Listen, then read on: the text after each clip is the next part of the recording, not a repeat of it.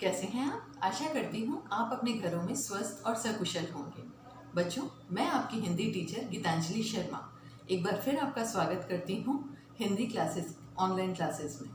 बच्चों, जैसा कि आप जानते हैं, इन दिनों हम अपनी पाठ्य पुस्तिका के पाठ 6 घर प्यारा का अध्ययन कर रहे हैं। अपने पिछले 2 सेशंस में हमने इस पाठ की कविता का पठन किया और सेकंड सेशन में हमने पाठ से संबंधित व्याकरण का अभ्यास किया। आज का इस थर्ड सेशन को शुरू करने से पहले बच्चों यह जान लेते हैं कि इस पाठ के प्रारंभ में कई शेप्स दिए गए हैं, आकार दिए गए हैं। हम उन आकारों के बारे में भी आज के इस सेशन में जानेंगे। उसके बाद पाठ में आए हुए नए शब्द और शब्दार्थ का अध्ययन करेंगे। इसके बाद अभ्यास कार्य के अंतर्गत पाठ्य पुस्तिका में आए हुए प्रश्न उत्तर करेंगे, खाली स्थान करेंगे और व्याकरण से संबंधित अभ्यास भी करेंगे। बच्चों, ध्यान से इस सेशन को देखिएगा। त्रिकोण, जिसे आप ट्रायंगल के नाम से जानते हैं। त्रिकोण के 3 कॉर्नर होते हैं। इन सभी की लंबाई बराबर होती है।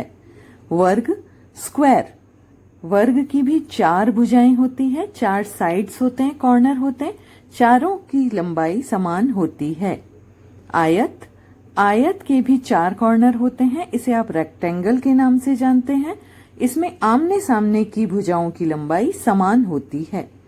गोलाकार यानी सर्कल शेप, सर्कल शेप के का अच्छा उदाहरण है आपकी गेंद, इसका कोई कॉर्नर नहीं होता है। इसी समान अंडाकृति यानी ओवल शेप, इसमें भी कोई कॉर्नर नहीं होता है, इसका उदाहरण है अंडा, आपने अवश्य देखा होगा। एक और शेप है स्टार, जो आपको नोटबुक में सुंदर काम करने पर मिलता है, इसे तारा शेप कहते हैं, यह आपने आसमान में भी देखा होगा। आइए देखते हैं नए शब्द, पाठ में आए हुए नए शब्द। गिलहरी, नंबर 2 है कुतरकर, कुतरकर मतलब काटकर, अपने दांतों से काटकर। नंबर 3 पर है कोटर। चलिए बच्चों, अब पढ़ते हैं शब्दार्थ।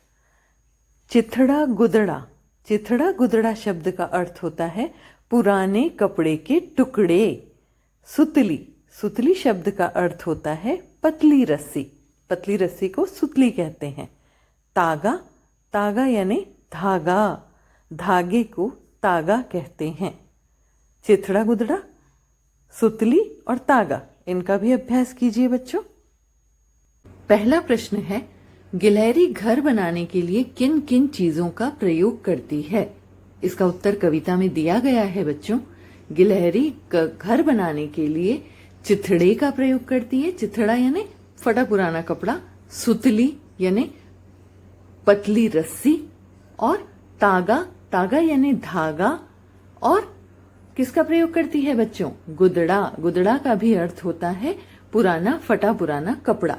तो गिलहरी घर बनाने के लिए चिथड़ा, सुतली, तागा, गुदड़ा, इन सभी चीजों का प्रयोग करती है।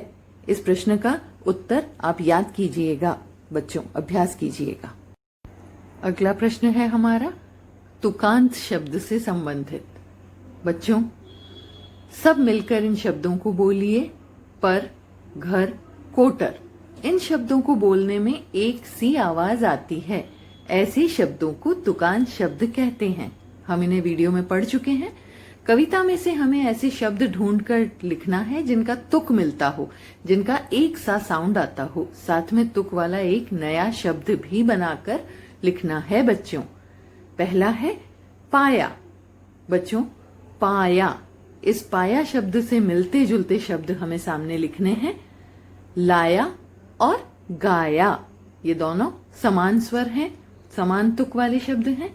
अगला है खाली, खाली, सुतली, माली, तीनों के अंत में एक सी आवाज आ रही है।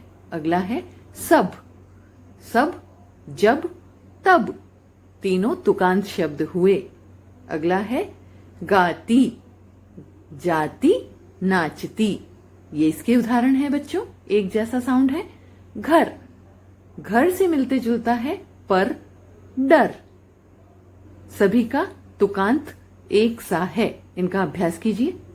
आइए बच्चों, अब अपने हिंदी ग्रामर सेक्शन से वचन का रिवीजन करते हैं। हमने अपने वीडियो में भी वचन सीखा, इसी से रिलेटेड एक्सरसाइज करते हैं। जिस शब्द से संख्या का बोध होता है उसे वचन कहते हैं।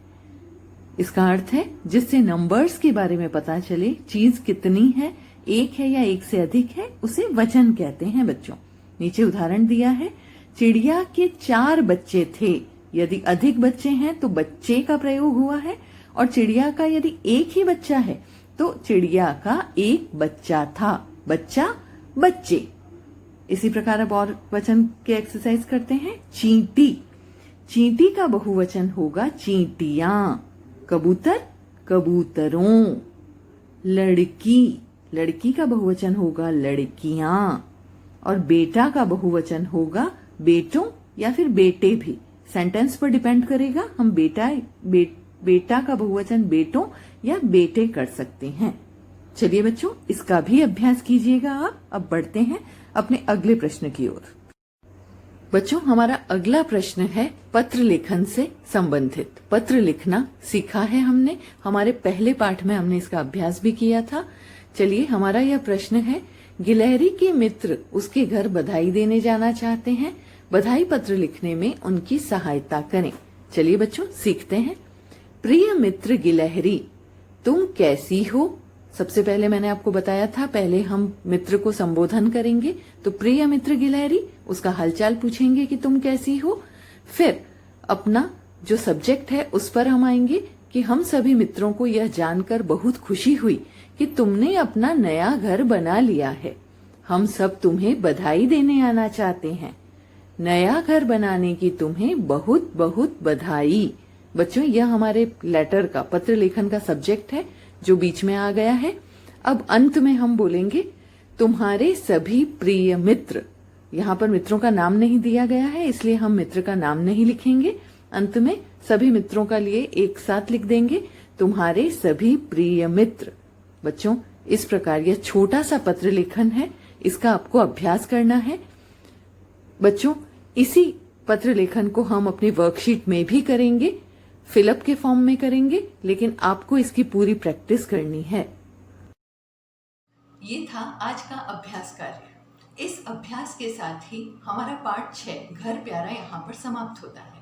आपका आज का यह होमवर्क है कि आप इस पूरे पाठ का रीडिंग करें, उसके बाद पाठ में आए गए व्याकरणिक अभ्यास को प्रैक्टिस करें और पीछे से जो एक्सरसाइज करवाई गई हैं उनका भी आप अध्ययन करें।